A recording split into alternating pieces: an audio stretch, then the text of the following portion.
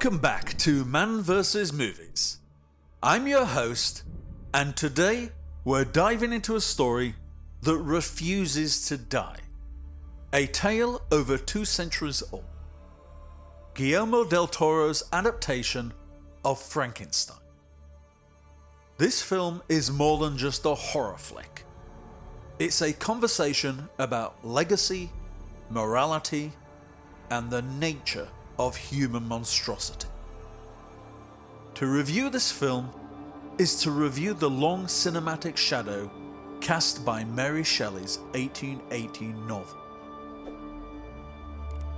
Del Toro's decision to adapt this story, after hundreds of previous productions, including the iconic 1931 Universal classic and the lurid 1957 Hammer film, demands a serious approach. Those earlier versions, while masterpieces, often stripped away the novel's philosophical core to focus on horror and spectacle. The familiar image of Boris Karloff's flat-top mute monster is a powerful cultural shorthand, but it simplifies Shelley's creature, who was, in the book, a brilliant and eloquent being. Del Toro goes back to the source, restoring the tragedy and intellect that many films missed, including even Kenneth Branagh's ambitious 1994 attempt, which, while trying to be book faithful, opted for operatic excess and a huge, loud tone over the novel's profound sorrow. The film opens exactly where the novel does. Victor Frankenstein is a shattered wreck, rescued from the icy, desolate Arctic by a Royal Navy ship. This frozen frame narrative immediately establishes the scope and tragic finality of his tale. We are about to witness how Victor's life went from promising medical student to the guy who single-handedly proved why scientists shouldn't play God. Oscar Isaac's Victor is shaped by trauma and a profound refusal to accept death, unlike the cackling mad scientists of B-movie lore. This isn't scientific curiosity. It's an ego-driven refusal to accept loss. When he's eventually expelled from the Royal College for presenting corpse reanimation research, he finds his unsettling patron and sets up shop in a creaky, creepy Gothic tower. The creation sequence is quintessential Del Toro. Terrifyingly meticulous, grounded in clinical reality. It's not just lightning. It's the visible stitching, the gruesome diagrams, and the sickening reality of assembling a human being from war casualties and criminal corpses. Victor wakes his creature, and in a moment of pure, blinding panic and realization of his mistake, he runs. He abandons his child, his creation, his profound responsibility. This act of abandonment, this profound moral cowardice, is the central crime of the novel and the film. The film's operatic sweep is carried by the audio. Alexander Desplat's score is a masterclass in Gothic melancholy. A mournful cello and piano concerto that perfectly underscores Victor's internal decay and the creature's profound sadness. But the real horror lives in the sound design. Del Toro grounds the fantastical event in horrifying, clinical reality. The squish of tissues, the grinding of machinery, the unnatural sound of the creature's first breath. Then, after the creature is abandoned, the soundscape becomes harsh and unwelcoming. Slamming doors, the shouts of rejection, It is auditory alienation, showing how lonely this world is for him. Let's turn to the performance that defines this movie. Jacob Elordi as the creature. Forget the lumbering, mute monster of the Universal movies. This creature is pure, raw, tragic innocence. He is terrifying due to his size, yes, but he is deeply, undeniably human. A restoration of the eloquent, tragic figure Mary Shelley envisioned.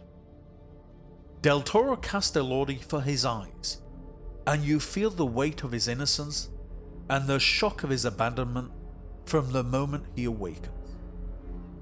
The best moments are those where he attempts to learn, trying to mimic speech, observing the DeLacy family. We see his profound capacity for goodness and kindness, mirroring a newborn's innocence, but trapped in an adult body society instinctively reviles.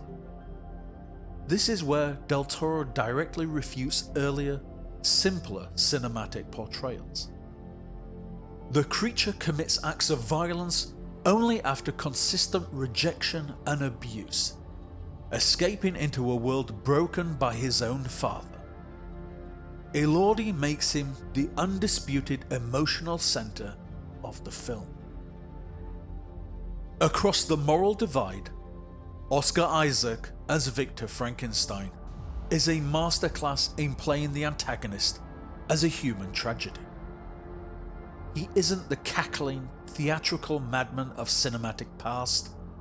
He is a man crushed under grief, entitlement, and a crushing ego. He is brilliant, yes, but also selfish, cold, and spiraling into an obsession that makes him utterly reprehensible. Isaac plays Victor as a man whose broken heart curdles into cruelty. The more the creature learns and demonstrates humanity, the more monstrous Victor appears. His biggest flaw isn't the creation, it's his profound refusal to take responsibility for the life he brought into the world. He tries to destroy the creature because the creature is a living, breathing testament to Victor's own failures and moral cowardice. The classic, powerful theme is fully realized here. As the film progresses, the creature gains humanity, while Victor sheds away every bit of moral fiber he possesses.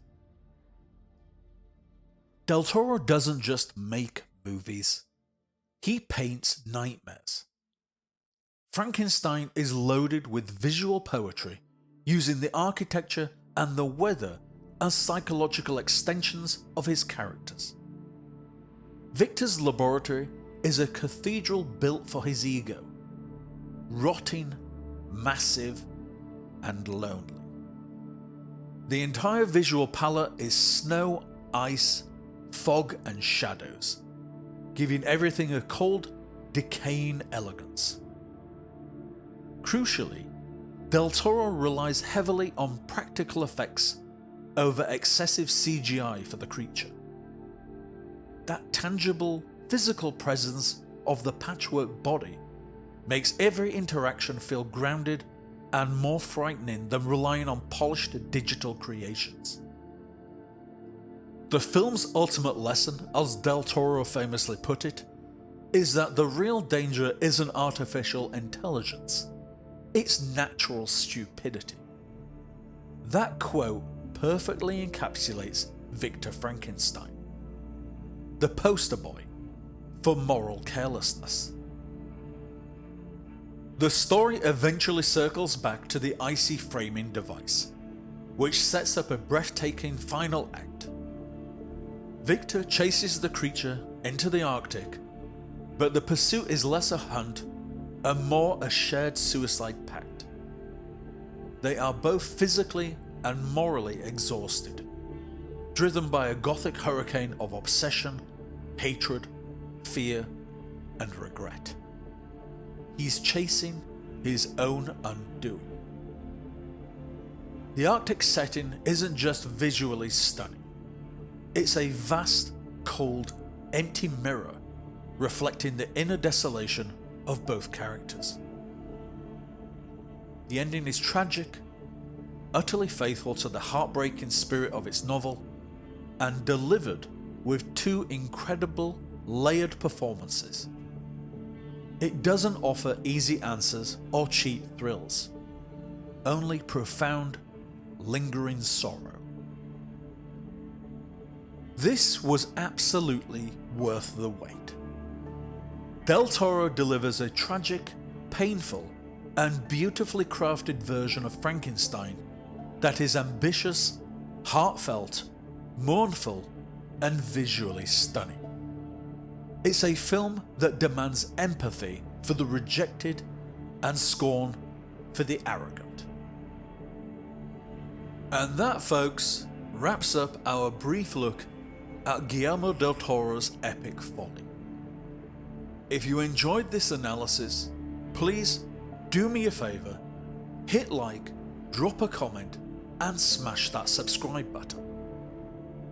Thank you as always for supporting Man vs Movies, and until next time, watch good movies and remember, the most frightening monster is always the one you create yourself.